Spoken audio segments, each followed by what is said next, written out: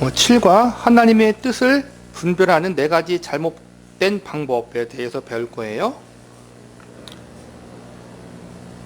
그러니까 앞에 공부했던 것을 이제는 좀 정리하는 거예요. 우리가 하나님의 뜻을 분별할 때 사용하는 잘못된 방법, 분별 방법을 지금 이야기하는 거예요. 옳지 않은 방법. 몇 년 전 이 뉴스 기사를 접한 적이 있는지 궁금하다. 91세 남자 하나님의 뜻을 기다리다 죽다. 미시시피 주 투벨루시 가족에 따르면 경건한 그리스도인이었던 월스턴 휴스턴은 하나님이 그에게 자신의 삶을 어떻게 살아야 하는지에 대한 분명한 방향을 제시해 주길 70년간 기다리다가 월요일에 사망했다. 그는 집에서 지냈고 기도를 많이 했지만 결코 확신을 얻지 못했습니다. 어떨 때는 그는 자신이 하나님의 음성을 들었다고 생각했지만 그런 다음 확신을 갖지 못했고 그 과정을 다시 시작하곤 했습니다. 라고 그의 아내 루비는 말했다. 그의 아내에 의하면 휴스턴은 자신의 삶이 무엇을 위한 것인지 결코 깨닫지 못했지만 주님을 위해 자신이 무엇을 할 것인지에 대해 지속적으로 기도하는데 만족해 했다고 한다. 그런 행동을 막 취하려고 할 때마다 하나님을 실망시키거나 어떤 식으로라도 하나님을 거스르는 것을 원치 않았기 때문에 다시 물러서곤 했다고 루비는 말했다. 그는 항상 하나님의 뜻 안에 머무는 것에 매우 민감했습니다. 그것이 그에게 중요했습니다. 친구들에게는 월터가 자신의 재능을 이용하지 않은 것처럼 보였지만 그들은 자신들이 월터를 좋아했다고 말한다. 월터에게는 한 번도 사용하지 않은 여러 가지 기술이 있어요라고 그의 오랜 친구 티모시 번지가 말한다. 그에게는 목재 기술이 있었고 또 이야기꾼이기도 했지요. 저는 항상 그에게 모험을 해봐. 행복하지 않다면 뭔가 새로운 것을 시도해봐라고 말했어요. 하지만 그는 주님을 실망시키는 것을 너무 두려워했죠. 그래도 기특한 점은 휴스턴이 자벽부로 일했음에도 불구하고 그들이 살던 평범한 집에 융자금을 다 갚을 수 있었다고 그들은 말한다. 만일 당신이 이 기사를 보았다면 당신은 사실일 수도 있기 때문에 배꼽 잡는 가짜 기독교 뉴스 거리들을 제시하는 나크뉴스닷컴의 팬임에 틀림없다. 월터 휴스턴에 대한 이야기는 사실이 아니다. 하지만 거의 믿을만 하지 않은가? 우리 중 일부 현재의 속도대로라면 우리는 30세에 우리의 장래 직업을 탐구할 것이고 40세에 성령기에 들어가고 50세에 우리 자신의 존재를 찾으려고 노력하고 60세의 모든 것을 다시 질문하며 70세의 직업 전환을 고려하고 80세에 우리는 무엇을 위해 만들어졌는지 궁금해하며 90세에 여전히 하나님의 뜻을 발견하고자 기다릴 것이다. 그런 다음 그 어떠한 것도 별로 해보지 못한 채 죽을 것이다. 만일 우리가 성실히 겸손히 그리고 하나님의 영광을 위해 모든 시간에 어떠한 것을 했다면 정말로 무엇이라도 우리는 굉장한 영향력을 끼칠 수 있었을 것이다. 그러나 우리가 항상 완전한 어떠한 것을 찾으려고 애쓰다 만일 아무것도 하지 않는다면 우리가 주님을 위해 한 것을 보여줄 때가 올 때 우리에게는 아무것도 없을 것이다.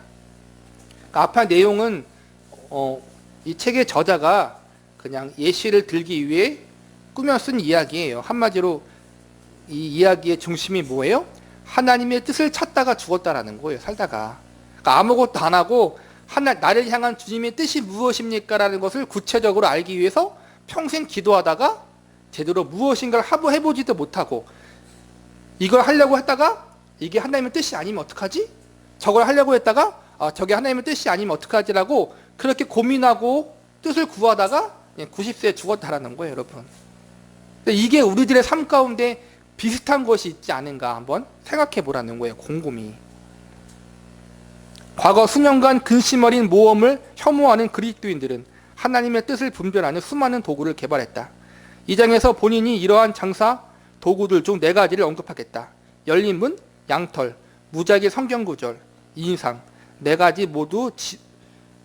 도구 모두 지혜롭게 사용될 수 있다. 그리고 4가지 모두 어리석음의 도구가 될 수 있다. 오늘 소개할 4가지 내용에 대한 거는 이제는 부정적인 시각으로 보는 거란 말이에요. 우리가 하나님의 뜻을 분별함에 있어서 이러한 것은 조심하고 자제하자라는 거란 말이에요. 한 번 더 비판하고 분별력 있게 적용하라는 거야, 우리의 삶 가운데에서. 열린 문. 그리스도인들은 종종 주님이 주시는 열린 문을 언급하는데 그것은 하나님이 저에게 이 훌륭한 기회를 주세요라는 뜻이다. 반대로 일들이 우리가 원하는 대로 되지 않을 때 하나님이 문을 닫으시거나 어떤 가능한 기회를 없애시는 것으로 표현한다. 저도 좀 어릴 때 이 열린 문에 대한 것을 얼핏 들은 것 같아요. 저 자세한 건 기억이 안 나는데 하나님의 뜻을 분별할 때 열린 문이라는 용어를 쓰면서 그렇게 이제는 가르치기도 했던 게 있었던 것 같아요. 제가 어릴 때 보면은. 그게 잘못됐다는 건데 어떠한 것인지 볼게요.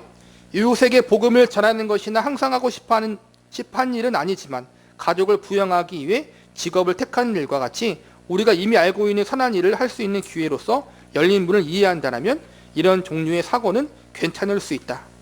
마찬가지로 열린 문이 단순히 해외 유학 프로그램에 자리 하나가 더 있는데 그것을 취하겠다라는 뜻이라면 그것도 괜찮은 일이다. 그런 경우 열린 문을 언급할 때 우리는 단순히 우리가 이미 하고 싶었던 선한 일을 하기 위해 하나님이 우리에게 주신 기회들을 가리킨다. 그러니까 열린 문이라는 것이 간단하게 이야기하면은 하나님이 어떠한 기회를 주시고 어떠한 형통한 길을 허락하신다라는 거예요. 그러니까 내가 어떠한 일을 하려고 하는데 하나님이 길을 열어주셔서 형통하게 큰 문제 없이 그 일을 진행하고 결정할 수 있도록 도와주신다. 그게 열린 문이라는 이제는 용어로 쓰일 수 있다는 거예요. 반대로 뭐예요? 어떠한 일을 하려고 하는데 자꾸만 어려움이 있고 고난이 있고 시험이 있어요. 자꾸 뭐가 안 되는 것 같아. 그럼 뭐예요? 그것을 닫힌 문이라고 생각하는 거예요. 닫힌 문은 뭐? 열린 문이 하나님이 형통한 길을 열어주신 것이라면 닫힌 문은 뭐예요? 하나님이 막으신 것이다. 그렇게 이분법적으로 생각하는 것을 조심하라는 거예요. 우리의 일상적인 삶 가운데 아까 말한 것처럼 선한 일, 보편적인 일, 내가 직업을 구하고 어떠한 일을 함에 있어서 먹고 살아가는 일, 또 크게 도덕적인 일과 상관이 없는 일을 함에 있어서 형통한 길이 열려서 내가 그것을 결정하고 선택해. 그것이 하나님이 나에게 이런 길을 주시는 거고 이렇게 하나님이 길을 열어주시는 것이다. 그렇게 생각하는 것은 나쁜 게 아니에요. 좋은 거야. 그런데 문제는 다른 것에 있어서 지나치게 민감하게 그것을 적용하면은 우리에게 문제가 될 수 있다는 거예요.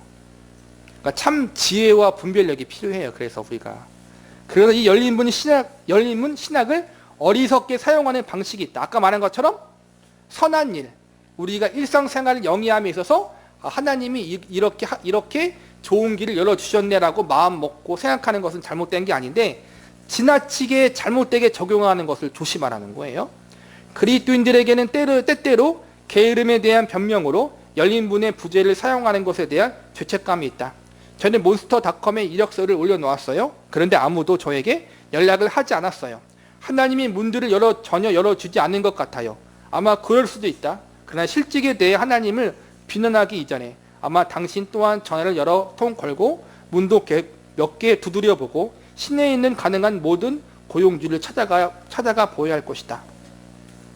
그러니까 이것은 열린 문 닫힌 문을 잘못되게 적용한 거예요. 나는 어떤 곳에 이력서를 냈어. 연락이 안 와. 그럼 뭐예요? 하나님이 여기가 아니라고 하는 것인가? 더 지나치게 나가서 하나님이 나에게 직업을 갖지 말라는 것인가? 그렇게까지 극단적으로 할 때가 있다는 거예요. 저자가 뭐라 그래요? 그런 고민할 시간에 몇 개라도 더 이력서를 내라는 거예요. 마찬가지로 그리스도인들은 자신들이 이미 하기로 한 모든 나쁜 생각에 복을 빌기 위해 열린 문 신학을 종종 사용한다. 저의 결혼 생활이 엉망이라는 것과 아내는 그 문제를 해결하기 위해 제가 가까이 있기를 원한다는 것을 알아요. 하지만 하나님은 제가 크게 승진할 문을 열어주셨어요.